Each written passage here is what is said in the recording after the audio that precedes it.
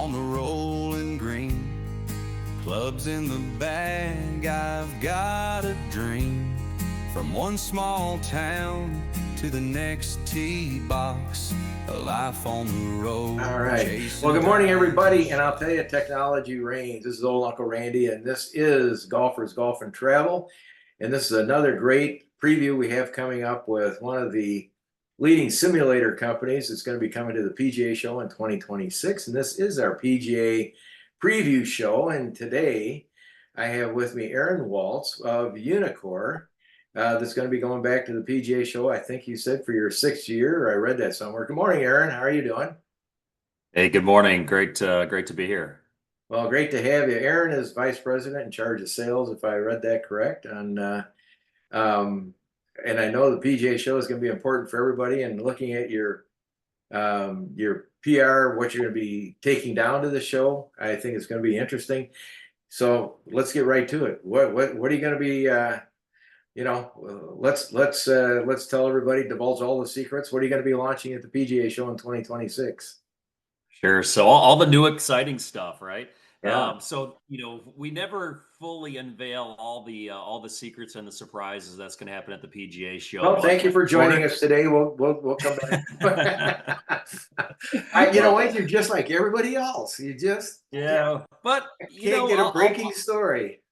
No, we'll get it. I'll bring in the full teaser though. So we'll have we've got really a beautiful location on the show floor. So I know you've been there 40 plus years. I haven't missed a PGA Show since 98. So there you go. Before I started, they were able to lock in the space right next to Callaway and Top Golf, right on the main aisle. So we're very fortunate with a premium location where it's pretty hard to miss our booth. So again, this year we'll feature three bays in our booth space. So we'll have 2 bays that will be dedicated to our game day software, our standard AI trainer, and then our 3rd bay, which we'll probably call it our hero bay, will feature some new technology that involves AI. So as you imagine, there's companies that use AI as a marketing term. For us, we're truly using AI to change the landscape of indoor golf. So when you can have a system like ours that's highly accurate, very fast, what can you do to next level it for the home and commercial user? And that really involves AI trainer, and then going to that next level with, we'll call it AI coaching. So not looking to necessarily eliminate the golf professional in your life, but to really complement what you're trying to work on in your golf game. I think the stats are still out there. I've been a PGA professional for almost 25 years, and I think less than 20% of all golfers ever take a golf lesson, but they all want to get better. So, they buy the new putter, they buy a driver, they buy this, or their buddy's wedge, works magically out of the sand. So they'll buy into all these little different, equipment things. Well, your golf simulator is your new piece of equipment. It's your new training device. It's the way that you practice and play year round. So to be able to take fact-based data from your actual golf swing and what your ball's doing, and then to apply some AI modeling is a big deal. So as you get into the AI modeling and machine learning, you can really create that custom profile to help the individual golfer progress through their journey to hopefully lower their handicap and play better. Yeah, and I've been following that forever. I do a lot of AI work every day. I use it in what I do. It's simplified it, but I also back in the late 1998, 1999, I also invested in a driving range and giving lessons. And I went to the PGA Show, and they had this computer system. I don't even think they're around anymore. It was called the A-Star system. And basically all it did was just, you hit a ball and it synchronized your swing with like Ernie Els or Freddie Couples. And you could then give a person a VHS tape, at the end. And I gave about 700 lessons that summer, and I was exhausted, at the end of the summer. But it was very powerful. And when I saw you adapting AI technology, of course, that was going to be my first question, is that for teaching and for at home, of course, I have a son that's actually learned back on my system. He would come and hit thousands of balls and say, do I look like Ernie? Oh, absolutely, 100%. And but he did, and he learned how to swing just by doing it. He was very visual. So your AI technology, how much are you going to allow out in this telecast on how that works for, let's say I'm a guy at home and I look at your, I look at your at home, I want to put that in, my system. How does that work? How does the AI adapt? Sure. Well, let's maybe rewind the clock to what you brought up. I mean, that was my first internship in 1997 at the Inverness Club in Toledo. David Graff was cutting edge with video instruction and club fittings, but we had the very similar to what you had. We had the cart with the car battery on it and the TV and Right. the forehead VCR, and we would film people, but we had to use a dry erase marker on the television screen to do all of our teaching. So when we were, but that it was big time back in the day to do that Right. level of visual instruction. And then I moved on to my V1 system, which was now computer based with the cameras, but you were still manually telestrating everything. And there weren't any specific measurements that were occurring. You were relying on that, and you were looking at swing plane and spine angle and body movement, left to right and vertical. So fast forward the clock, and if you look at just the normal everyday golfer that's trying to get a little bit better, and maybe I'll talk about my daughter Emily. She's a sophomore in high school. Her older sister plays college soccer, and that was her plan, was to play college soccer. And all of a sudden, last year, her and 6 of her soccer friends decide, hey, let's go play golf. And it was funny. She's like, yeah, Dad, I'm gonna play golf. I'm like, well, this is pretty cool. I've been a golf pro forever, but we've only ever played funsy golf. Like, she's never played 9 real holes of golf. Next thing you know, she's trying out for the golf team, right? Um, but by the third week, she earned a spot on the Wow. varsity travel team, and she's a really good athlete. But we really worked on her golf game that summer and years past in the simulator using the AI trainer. And what we would do with her, you think about from a beginner standpoint, the cameras are set up properly, one looking at you face on, one down the line.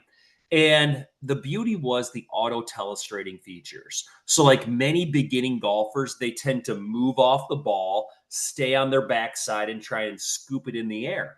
And and again, teaching a spouse, a significant other, or a kid is not the easiest thing to do. I mean, if you really want them to enjoy the game, you better go in there with, baby gloves, right? So I would set up the parameters that I needed her to look at, and she could go in there and do a very simple practice session, and she would see that, hey, when I maintained my body angles and I finished on my front foot, I would hit rip shots, and anything I missed, she knew she was back on their back foot. And we also have the balance mat that's integrated with our system, so she could also see the percentages. So I would give her a number like, hey, on your follow through, hold your finish, and I want you to be at 75% or higher in your body distribution when you're posting up with your finish. So just by doing a couple small things, we didn't get into hardcore, setup and some of these other things. Her grip was good. She was already athletic. So I got her thinking about guarding somebody in basketball, right? But just bending down towards the ball. But once she could see what her body positions look like, the auto telestration was right there. And then the AI features during every golf swing breaks it down into 8 swing segments, from your address position to your finish position and everything in between. And then it will score you and tell you if you had good, kind of okay, or failure in those body positions. And whatever position is a failure, you can select the screen and it'll show a very simple diagram of what's good, what's bad, and then just a few, I would say, educational points down below it, which is terrific. And that's really, from a visual standpoint, that's how most golfers are trying to learn, from a visual. They can see what it looks like. Okay, I understand that. Now, granted, your golf coach is probably going to do a physical assessment on you, and they're going to see, especially for the, let's say the core golfer, which is in that 48 to 65 range. Do we have lack of flexibility? Did we have a sports injury or some type of injury earlier in our life that's now preventing us from maintaining spine angle or rotation or all these other type of things that we're always going to fail this position in the AI trainer, but that's okay. We're always consistent through that position. We're not doing something different every time. So the beauty is you get a non-emotional answer at the end. You get a number. How good was that golf swing from a body position standpoint? And it's, was it a 40? Was it a 60? Was it an 80? We had a tour player in our booth last year, Arnie's grandson, and he was awesome. And, he played on tour for a number of years, Sure. and his number was 84 every time. And I said, well, what do you think? And we went through, he goes, yeah, those are my, from a textbook standpoint, those are my failures. Like he goes, it's dead on. And he hit balls for about 45 minutes. And I had a great session with him at the show.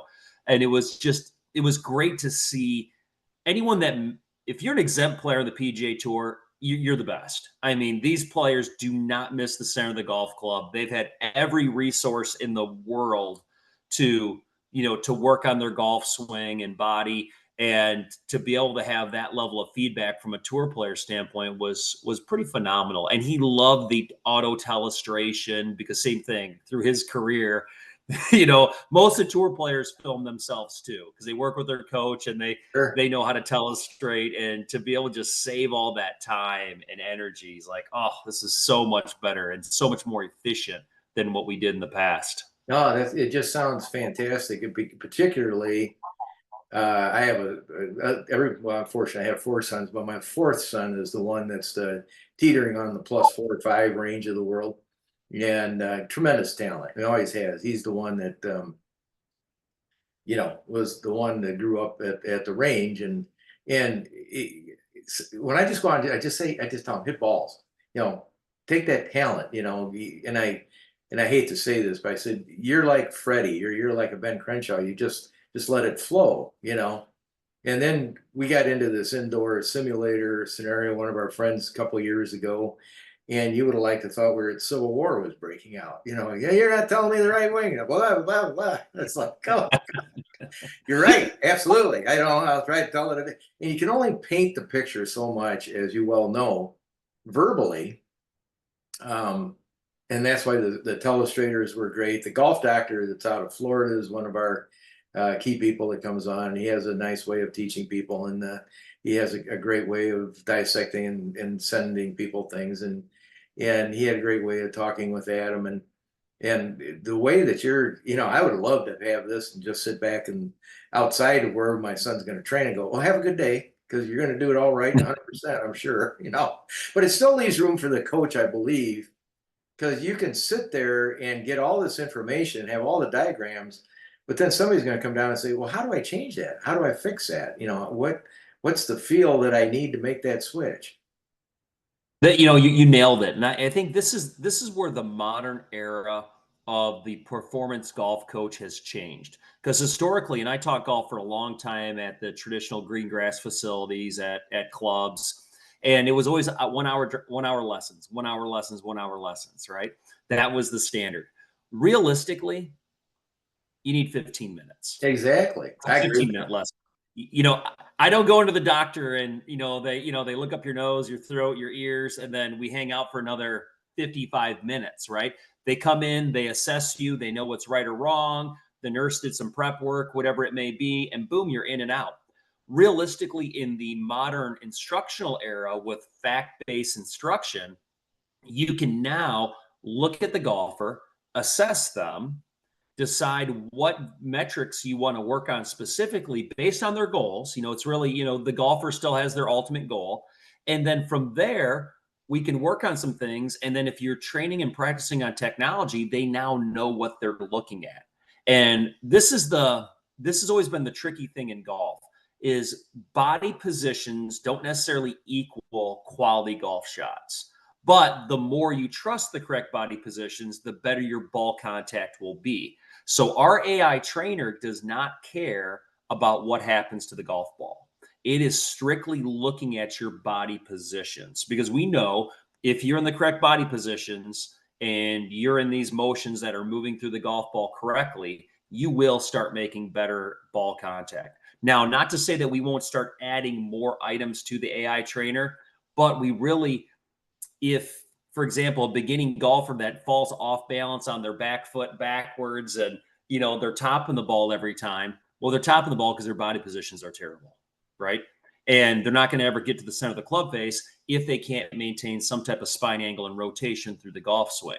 So on Monday, I was at one of our tour level training facilities in Jacksonville. This facility is phenomenal. They work with 5 or 6 tour players.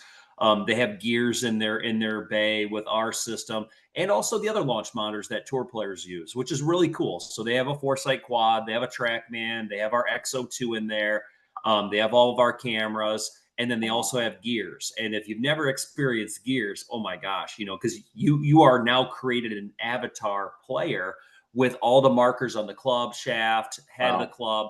So I was watching a tour player. This is a top 90 player on the PGA Tour, exempt player, young guy. He's won before, and he's just hammering the ball. I mean, just absolutely hammering it. And they were starting to dissect his hip rotation, both lateral and vertical, through the impact zone. Wow. And the difference it was making, at that level, right? So it's crazy. So the beginning golfer, the mid handicapper, the low handicapper, and then the tour player, it's all being used just at a different level based on your skill set and what you're trying to do. I mean, he's trying to win 2 million every week, right?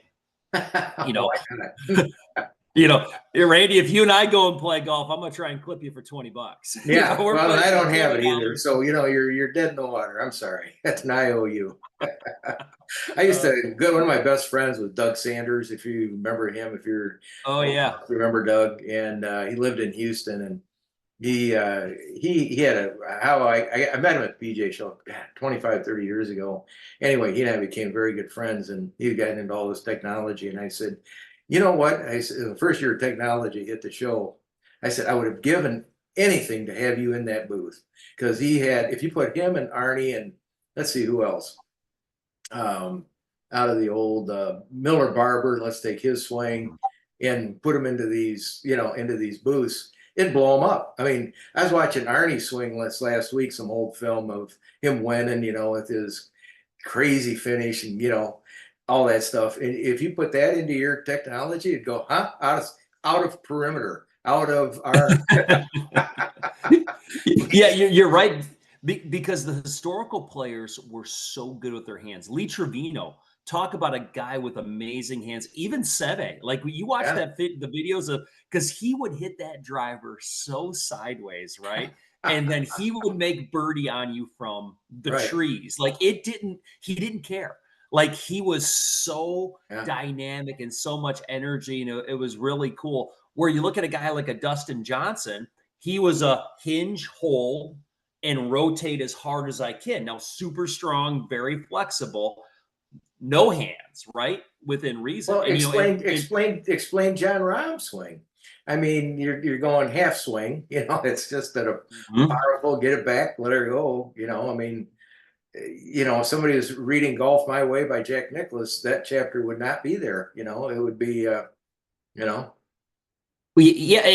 then what they discovered is there's, several different types of rotational players, center post, back post, front post, full rotation, sliders, and then vertical explosion. So like a Justin Thomas, he's not a big guy. TV makes him look bigger than he is. He's just a little nugget, really. And I don't even think he weighs 160 pounds. He hammers it because his vertical force, using ground force through the impact zone. So again, completely different way of, like, if you're going to give a young kid a golf lesson and they were kind of jumping at the ball, you'd be like, whoa, what are you doing here? Historically, now you're like, okay, this young boy or girl organically is using ground force to hit the ball far. But we would have taught around that before. We would have got them a little bit more balance, get them rotating better. Let me show you. I'll show you one of my secrets. So I was not that good, but I always tried to play, U.S. Open qualifying and all that stuff. I had a long insurance career. So anyway, all I was trying to do is keep the club square at the bottom, hit it straight, hit fairways and hit greens and hit it long. You know what you get for that in the old days? Hands like these, because your hands are taking all that force at the shot, trying to keep that club head square. And I had enough distance, but I also missed getting to the Open by a shot. hence why Doug Sanders and I always lament our one shot we missed, his in the Open and mine in trying to get into the US Open. But again, he was better. And a very famous guy I was playing in a qualifying a long time ago, who ended up winning the US Open 2 years later. I ended up getting paired with him back in the days when there wasn't 500,000 golfers trying to hit her all great. Sure. We got done and he ended up making the cut and going on to the next one. I ended up missing by a couple, and he looked at me and he said, "Mr. Weckerly, quite honestly, rely on that insurance career. You're just not that good." So it's like, very famous guy, major winner. Okay. Thank you very much. Oh. Got it. And he's one of truly as greatest guys in the world. Ended up becoming, it was great advice. If I would have believed it, I would have been into the technology. But I love what you're doing. I know I'm not going to get, we've got about 5, 6, 7 minutes going. So where are your biggest clients? I mean, is it like, so you got at home, you've got all these different simulator places going into, probably a better term, bar environments, clubs, when I look at your website and I see all the different products that you have, boy, it goes from being home to being, obviously you're dealing with the elite golfers in the world. Correct. So what we're trying to do is check the box in every category. So we have a very accurate entry level launch monitor that within reason anyone could afford if they wanted to have their own DIY setup at home. And then we're doing everything from an advanced setup in the commercial environment, whether it's a performance studio, 24/7 contactless, adding a golf simulator into that bar restaurant solution. And then even for the residential that wants the high-end custom solution, where we come in and we've got a beautiful setup with our installation team, and we have about 50 or 60 different types of textiles you can put on your sidewall protection. So we really let the consumer make their space special, where the competition for the longest time, you buy a boring black cage and you set it up. And even some of the custom cages in people's houses, it's a cage. It's not a custom simulator. It's not something that you're excited about it, but does it match your decor? Like I'm doing a guy's property in Metro Detroit, and he has this beautiful finished basement. I mean, it is just phenomenal. Well, we can actually take his color palette in his finished space already and use those colors on the sidewall for his simulator, and it will look like everything was designed and tied in to be a special spot for him. Or we can do traditional colors, the blacks. This year at the PGA Show, I want to push the limits a little bit on the colors. So our new AI bay, I am pushing to do a super clean and modern look in there, and a color. And I'm not going to say it out loud because I don't want my competition to do the same thing. But a color in the walls that no one's done at the PGA Show. So something that'd be really cool. But it's awesome. Like when I work with professional athletes, usually the first thing they ask is if they can do their college colors. And I've got a guy that played at Oklahoma. We're going to do his sim in he's got an awesome garage studio, and we're going to do the Oklahoma color on a sidewall curtain in like a velveteen, just a real premium fabric.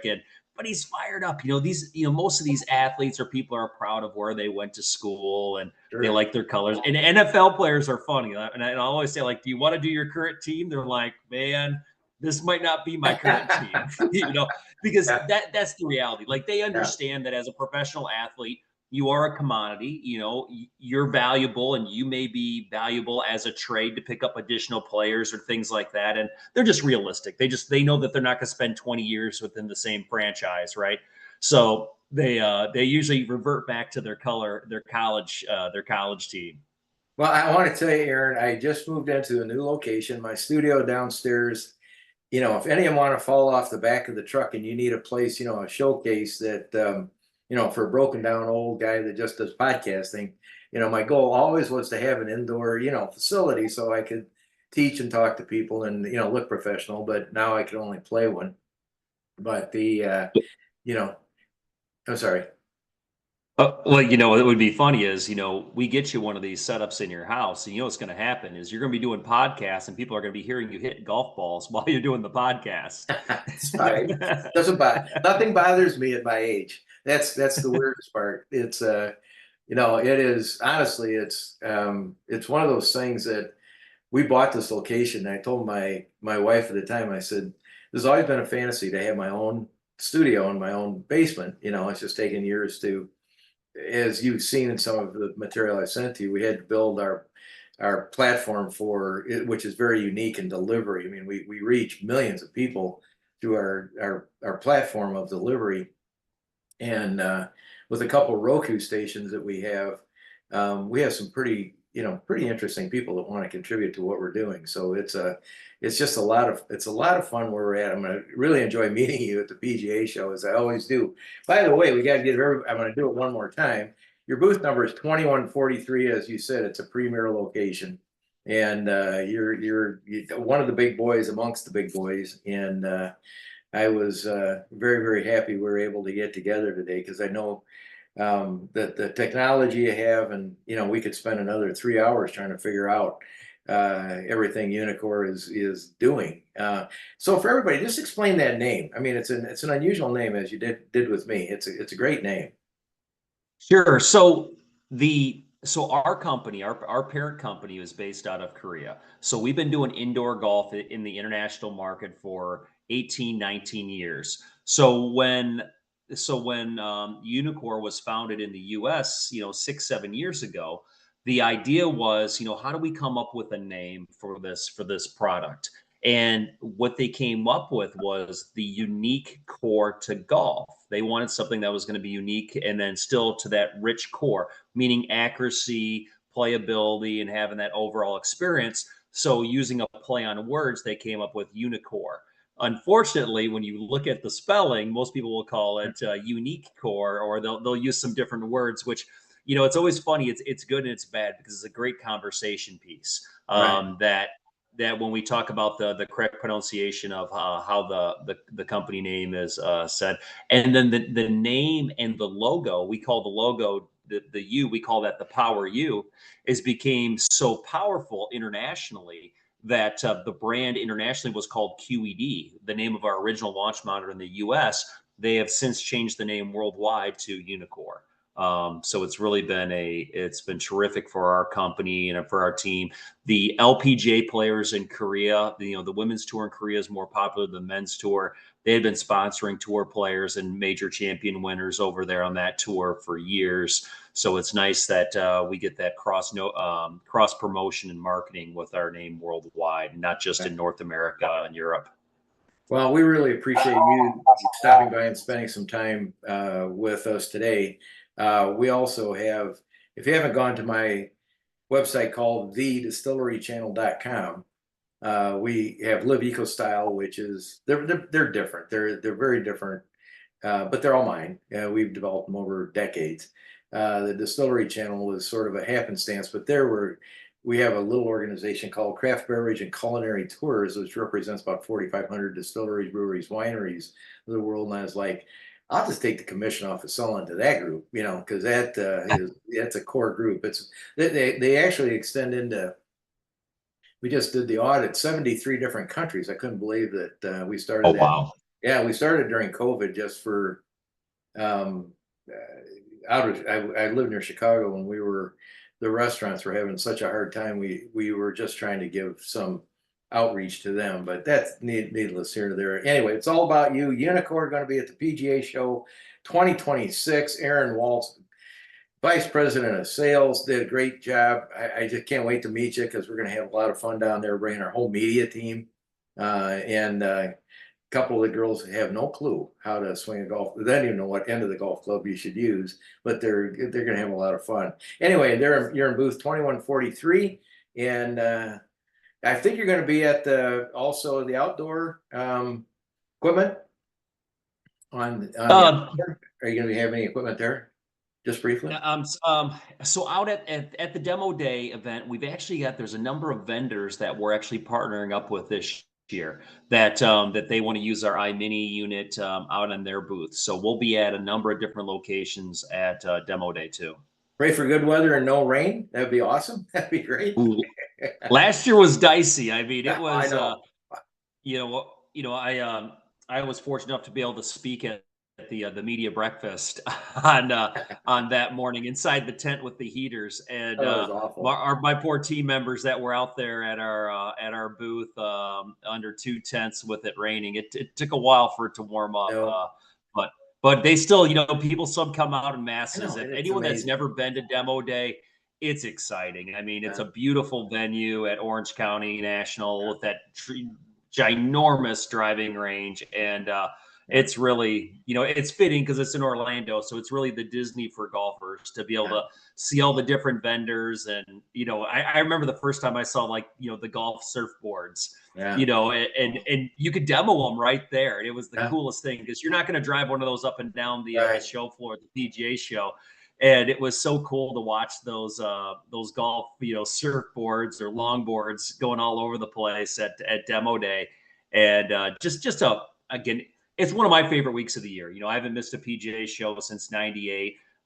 We've got about 2,000 alumni that went through Fair State, the PGA program. So to see all your friends and industry professionals over the years, and then see all the new and exciting things. I like threads too. So I like sneaking down there and checking out the new apparel. And Aaron Waltz, we got to cut out of here. Our timer is about up. We got to keep these shows and everybody going. I got 3 more people packed up, and it's just wonderful talking to you. We're going to have a lot of fun at the PGA Show 2026. Aaron Waltz of Uneekor, booth 2143. We'll see you there. Talk to you soon. Thanks for stopping by. I appreciate it. thank you. And as my grandfather always said, as we cut out, always leave a better footprint, because you never know who's watching. Anyway, it's all Uncle Randy for the Distillery Channel Media.